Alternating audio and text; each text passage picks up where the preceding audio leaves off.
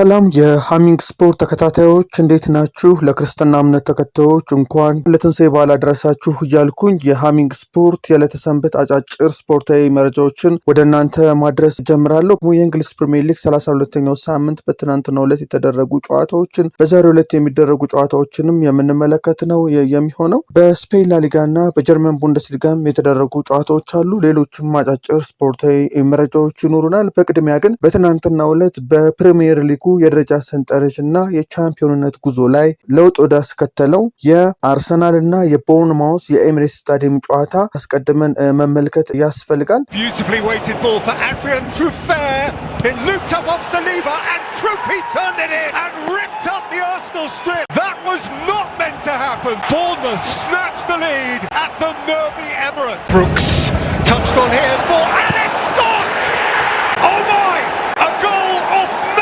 Potential consequence. He took it with poise and certainty to infuse the Emirates with uncertainty. እንግዲህ በዚህ ዓመት አርሰናል ለአራት ዋንጫዎች እየተፎካከረ ነው ተብሎ ከሁለት ዋንጫዎች ከተሰናበተ በኋላ በቀሪዎቹ ደግሞ በፕሪሚየር ሊጉና በቻምፒየንስ ሊጉ የሚያደርገው ጉዞ በቀጣይ በእግር ኳስ ቤተሰቡ ዘንድ እየተጠበቀ ባለበት ሁኔታ በተለይም ደግሞ በትናንትናው ዕለት በወሳኝ ሰዓት ከኋላ እየተከተለው ያለው ማንቸስተር ሲቲ ጋር በሚቀጥለው ሳምንት ከመጫወቱ አስቀድሞ በቦርንማውዝ በከፍተኛ ብልጫ ተሸንፎ 3 ነጥብ መጣሉ ሲቲ በሂሳባዊ ስሌት ቀጣዮቹ የፕሪሚየር ሊግ ጨዋታዎች በሙሉ ካሸነፈ 8 ጨዋታዎች ይቀሩታል። የዛሬውን ከቼልሲ ጋር የሚያደርገውን ጨዋታ ጨምሮ ማለት ነው። ከክሪስታል ፓላስ ጋር በካራባኦ ካፕ ያልተጫወተውን የእንግሊዝ ፕሪሚየር ሊግ ጨዋታም ስንጨምር አጠቃላይ 8 ነው የሚሆነውና እነዚህን ጨዋታዎች ካሸነፈ የራሱን እድል በራሱ ወስኖ የፕሪሚየር ሊጉ ቻምፒዮን የሚሆንበት እድል ተመቻችቶለታል ማለት ነው። ትናንትና አርሰናል በጣለው 3 ነጥብ ምክንያት ነጥባቸው ወደ 12 ከፍ ማለት ሲገባው አርሰናል በጣለው ነጥብ ምክንያት እዛው ላይ በ9 ነጥብ ቀጥሏል። ዛሬ ማንቸስተር ሲቲ ቼልሲን የሚያሸንፍ ከሆነ ደግሞ ወደ 6 ነጥብ ዝቅ ይላል ማለት ነው። እንደው የጨዋታውን ሁኔታ በዝርዝር የምንመለከተው ነው የሚሆነው። አሰልጣኝ ሚካኤል አርቴታ አሁን እንዳይሆን አጥብቆ የሚመኘው ግን ደግሞ ስላለመሆኑ እርግጠኛ ያልሆነበት አርሰናል ከየትኛውም ጊዜ በላይ እጁ የገባውን የፕሪሚየር ሊግ ዋንጫ አሳልፎ የሰጠበት ዓመት ተብሎ በታሪክ እንዳይጻፍ በከፍተኛ ደረጃ የሚፈልግበት ጊዜ ነው። በሰሜን ለንደን በድጋሚ የጥርጣሬና የጭንቀት ደመና ማንዣበብ ጀምሯል። አሰልጣኝ ፔፕ ጋርዲዮላ በማንቸስተር ሲቲ ባሳለፋቸው 10 ዓመታት ውስጥ ደካማ የሚባለውን የውድድር ዓመት እያሳለፈ ቢገኝም ዓመቱ በዋንጫ ለማጀብ የሚጠበቅበት አጨራረሱን ማሳመር ብቻ ነበር። እንደ ሲቲ ደካማ አጀማመር አርሰናል ካለው ስብስብ ከተሰጠው ግምት እንዲሁም ከነበሩት ድሎች አንጻር ይህ ጊዜ ዋንጫውን ማንሳቱን የሚያረጋግጥበት ወይም የሚቃረብበት መሆን ነበረበት። እንደኔ ሀሳብም ደግሞ በእንግሊዝ ፕሪሚየር ሊግ ታሪክ የተለያዩ ተጫዋቾችም ገልጸውታል። በጣም ደካማው የእንግሊዝ ፕሪሚየር ሊግ ነው ማለት ይቻላል። በወራጅ ቀጠናው አካባቢ በሚድቴብል ላይ እንደዚሁም ከላይ በቻምፒዮንስ ሊግ እና እንደዚሁም በፕሪሚየር ሊጉ ዋንጫ ተፎካካሪዎች መካከል ያለው የነጥብ ልዩነት እጅግ በጣም የተቀራረበና ዝቅተኛ ነው ማለት ይቻላል። ዘንድሮ ዓመት አጠቃላይ በእንግሊዝ ፕሪሚየር ሊግ ሁሉም ክለቦች ተዳክመው የታዩበት ነው ማለት ይቻላል። አርሰናል የተሻለ ነው ዘንድሮ ዋንጫ ለማንሳት የሚለው ግምት የበለጠ እንዲሰጠውም የሚያደርገው በዚህ ምክንያት ነው።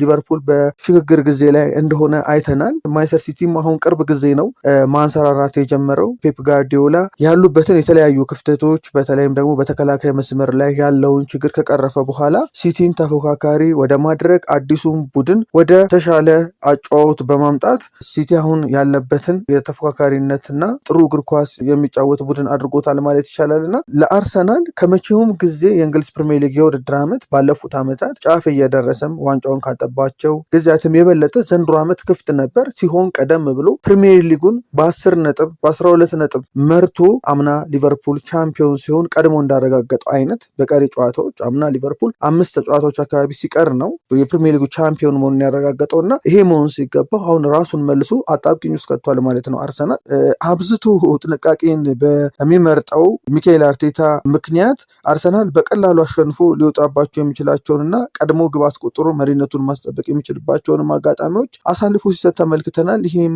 የመድፈኞቹን የ2 ዓመታት የዋንጫ ጥበቃ በቅርቡ መቋጫ እንዳያገኝ ትልቅ ስጋት ውስጥ የከተተ ክስተት ነው። የአርሰናል ደጋፊዎች ባለፈው ማክሰኞ በቻምፒዮንስ ሊግ ስፖርቲንግ ሊዝበንን በመጨረሻ ደቂቃ ግብ ካሸነፉ በኋላ በራስ መተማመን ተሞልተው ወደ ኤሚሬትስ ቢመጡም የጠበቃቸው ግን ያልጠበቁት ነበር።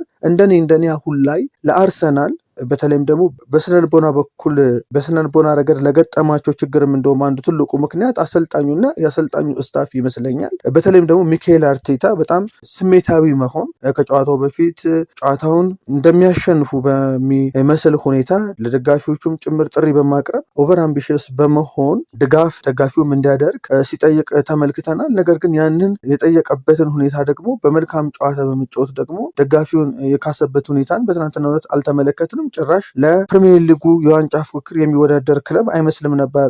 አርሰናል ከወትሮ ብቃቱ ዝቅ ብሎ በባሰ በፍርሃት በጭንቀት የታጠረ ቡድን ሆኖ ታይቷል። በእርግጥ አርሰናል ዘንድሮ ዓመት በቆሙ ኳሶች በመጠቀም በተለያዩ ሁኔታዎችም አንዳንዶቹም በተለይ እየተቸገረም ቢሆን እያሸነፈ የሚወጣባቸው አጋጣሚዎች ነበሩ። ትናንትና ግን ፍጹም በሁሉም ረገድ ተበልጦ የታየበት ነው። በአንድ ለአንድ ግንኙነት፣ በኳስ ቁጥጥር፣ የጎል ዕድል በመፍጠር በሁሉ ነገር ቦርንማውዝ የተሻለበት አሰልጣኙም በታክቲክ ጭምር የተበለጠበት በቦርንማውዝ አሰልጣኝ አንድሬ ኢራዮላ ከፍተኛ የበላይነት የተወሰደበት ነው። ቦርንማውዝን በትክክልም የአርሰናልን ችግር ተረድቶ በደንብ በመጫወት ውጤቱን ያሳመረበት ነው። በተለይም ጨዋታውን በመመለከትበት ሰዓት ከቦርንማውዝ እንቅስቃሴ አንጻር በተለይም እንደውም በተለይ በመጀመሪያው 45 ላይ ወደ 16 ከ50 ውስጥ የሚልኳቸው ኳሶች ብዙ ኢፌክቲቭ አልነበሩም። ቦርንማውዝ ይሄን ነገሮች ማስተካከል ካቻሉ አርሰናል ላይ ተጨማሪ ጎል ሊያስቆጥሩ የሚችሉበት እድል እንዳለ ይታይ ነበርና ገና በፈርስት ሃፍ 2-1 3-1 ቦርንማውዝ የሚመሩበት እድል ነበር። ሆኖም ግን በሁለተኛው አጋማሽ ያገኙትን ክፍተት ተጠቅመው አርሰናል በቢልድ አፕ ለመጫወት በሚጥርበት ሰዓት ያገኙትን ሁኔታ ተጠቅመው ከማርክ ዙቢሜንዲ የተሰናከለ ኳስ ይነሳል የሁለተኛው ጎል የተቆጠረበትና በደንብ ያገኙትን እድል ተጠቅመው ጎል አስቆጥረዋል ማለት ነው ቦርንማውዞች። እና አርሰናል በትናንትናው ዕለት በሁሉም ረገድ የተበለጠበት ነው። ቅያሬዎቹ በአሰልጣኙ በኩል የተደረጉት ምንም ለውጥ ያላመጡበትና ማንኛውም የአርሰናል ተጫዋች ወደ ሜዳ ቢገባ አርሰናል አጠቃላይ ተጫዋቾቹን በስነ ልቦና ረገድ ጥሩ አልነበሩም። ጨዋታውን ማሸነፍ እንደሚችሉ ያመኑ አይመስሉም። በተለይ የመጀመሪያው የገባው ጎል በራሱ ለአርሰናል ተጫዋቾቹም ለአሰልጣኙም ደጋፊዎቹም ከፍተኛ ድንጋጤ የፈጠረ ነበር። በተለይ ቦርንማውዝ 1-0 ሲመራና በኋላ ላይም 2-1 በነበሩበት ሰዓትም አርሰናል ምናልባት አቻ ሊወጣ የሚችልበትን ነገር ሲያስብ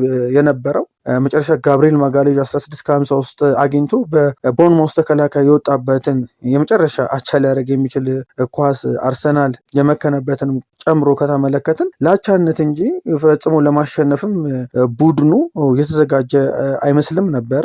የተሻለ የስነልቦና ጥንካሬ ማሳየት አለማቻሉ ጣቶች ሁሉ ወደ አሰልጣኙ እንዲጠቁሙ አድርጓል ብዬ ነው የማስበው። አርሰናል በሜዳው በቦርንማውዝ 2-1 ተሸንፎ ማንቸስተር ሲቲን ወደ ዋንጫው የሚያደርገውን ጉዞ በክብር ጋብዟል ማለት ይቻላል። አርቴታ በሁለተኛው አጋማሽ 3 ተጫዋቾችን በአንዴ በመቀየር የጨዋታውን መልክ ለመለወጥ ቢሞክርም አንገቱን ደፍቶ ከመውጣት ግን ሊድን አልቻለም። ይህ ሽንፈት አርሰናልን ባለፉት 3 ተከታታይ ዓመታት ከገጠመው የሁለተኝነት ስቃይ አላቆ ለውጥ ያመጣል ተብሎ ቢታሰብም አሁን ግን በደጋፊዎች ዘንድ ከተስፋ ይልቅ ጭንቀት እንዲነግስ አድርጓል። ማንቸስተር ሲቲ 2 ተስተካካይ ጨዋታዎች እያሉት የነጥብ ልዩነቱ ወደ 9 ብቻ ዝቅ ማለቱና ሲቲ ተስተካካዮቹን አሸንፎ ከአርሰናል ጋር ሲገናኝ ነጥቡ እኩል የማድረግ እድል ያለው መሆኑ መድፈኞቹ ለአራተኛ ተከታታይ ዓመት የፕሪሚየር ሊጉ አጃቢ የመሆን አደጋ ጋር አጋፍጧቸዋል። አሁን ያለው ትልቁ ጥያቄ ሰፊ የነጥብ ልዩነት በነበረው ወቅት እንኳን ከጭንቅ መውጣት ያቃተው ሚካኤል አርቴታ የሲቲ አስፈሪ የነጥብ ማጥበብ እየደረሰበት በመሆኑ በዚህ ወቅት በቀሪዎቹ ጨዋታ ላይ ምን ሊገጥም ይችላል የሚለው ነው። አርቴታ ባለፉት ዓመታት ሚያዝያ ወር ላይ በሊጉ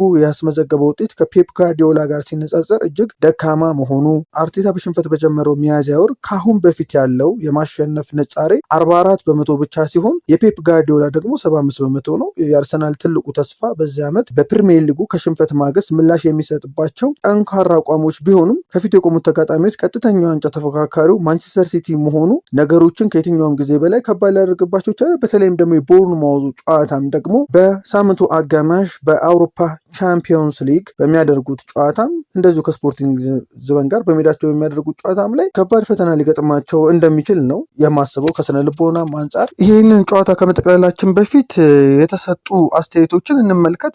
በቅድሚያ ግን የጨዋታውን የዕለቱን ኮሜንትሪ ሲያስተላልፍ የነበረው ኮሜንታተር የተናገረውን ንግግር አሁን ላልናቸው ነገሮች በደንብ ቁልጭ አድርጎ የሚያሳይ ነው ብዬ አስባለሁ።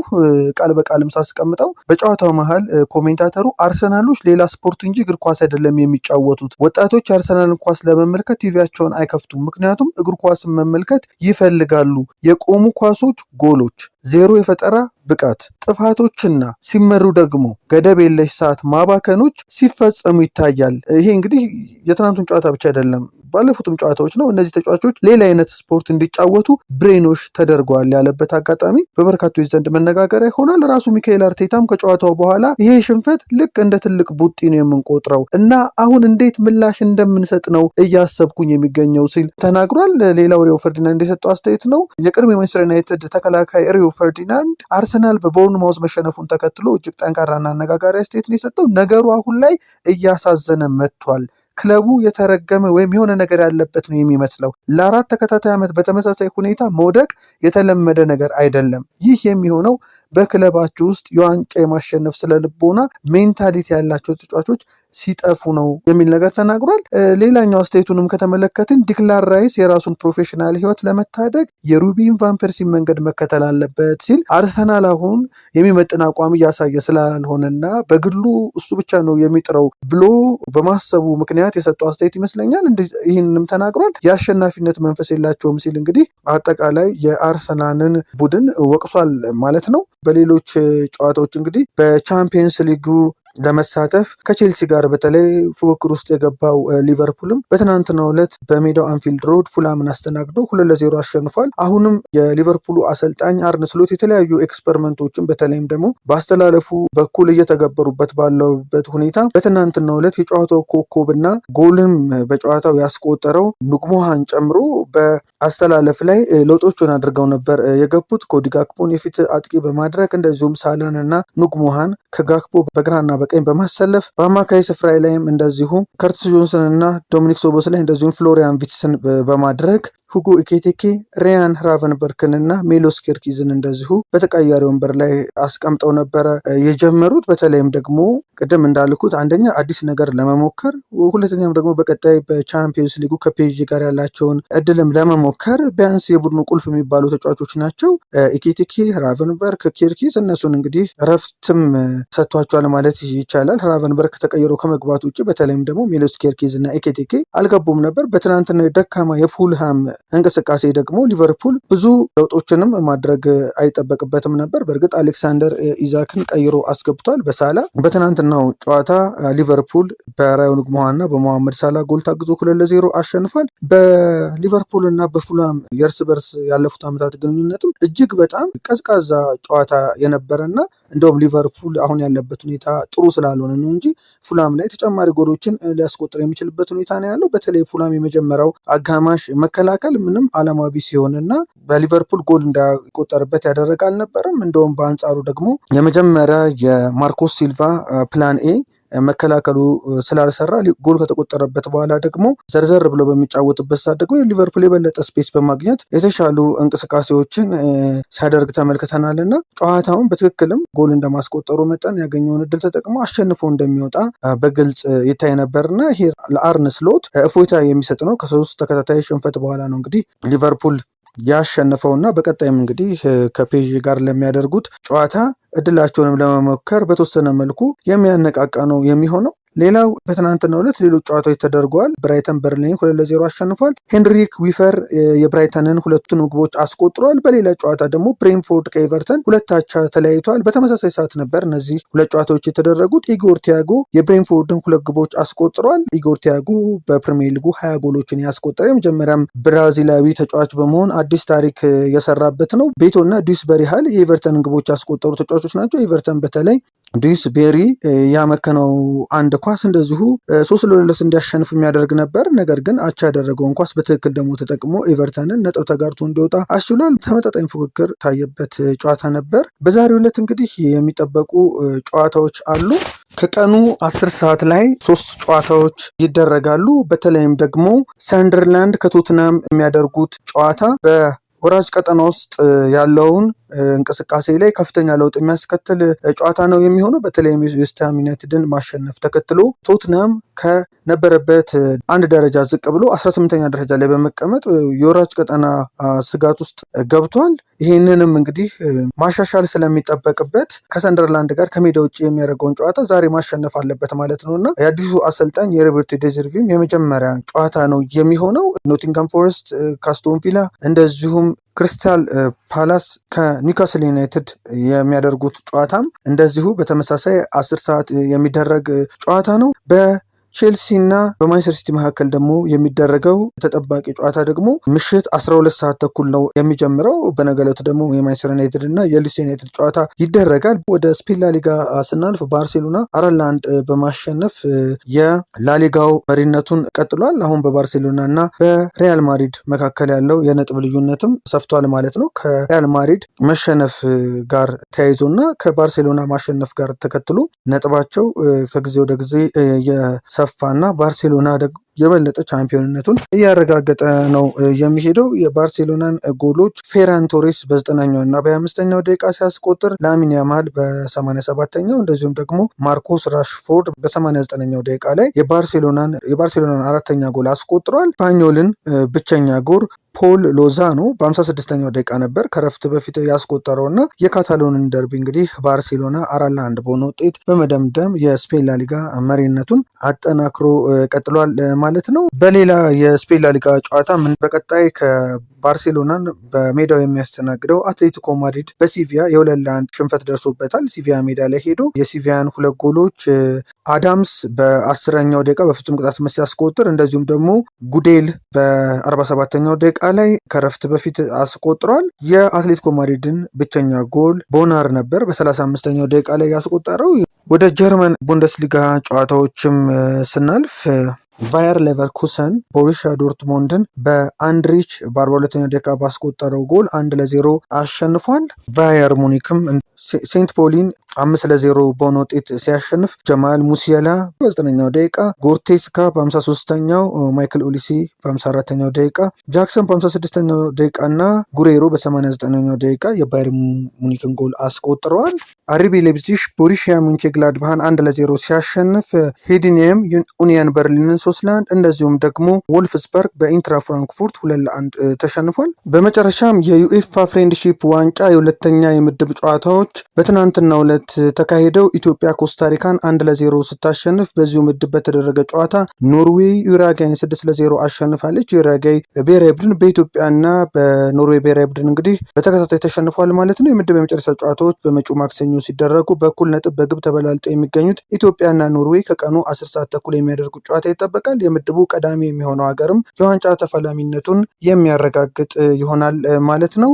አድማጮቻችን ለሃሚንግ ስፖርት ለዕለተ እሁድ እንደዚሁም በትንሳኤ ቀን ያቀረብነው አጫጭር ስፖርታዊ መረጃዎች ይህንን ይመስላሉ። በተለይም ደግሞ በዛሬው ዕለት የሚደረጉ ጨዋታዎችን በነገው የሃሚንግ ስፖርት ዝግጅታችን በሰፊው የምንመለከታቸው ነው የሚሆነው። በተለይም የቼልሲና የማንቸስተር ሲቲ ጨዋታ በጥልቀት ከጨዋታው በኋላ በድረ ጨዋታ የምናነሳው ነው የሚሆነው። ሃሚንግ ስፖርትን ሳብስክራይብ በማድረግ ተከታተሉ፣ ሼርን በማድረግ ለሌሎች አጋሩ። መልካም ለተሰንበት፣ መልካም የበዓል ቀን፣ መልካም ጊዜ ይሆንላችሁ። ሃሚንግ ስፖርት በሀገራዊና ዓለም አቀፍ ስፖርታዊ ጉዳዮች ላይ የሚያተኩር ዝግጅት።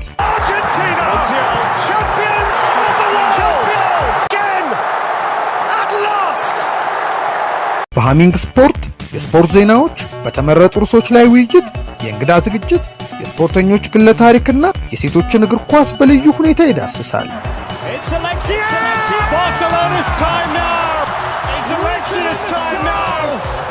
ሃሚንግ ስፖርት ስፖርትን ቀዳሚ ዘይቤ በማድረግ ስኬትን በተግባር እናረጋግጥ።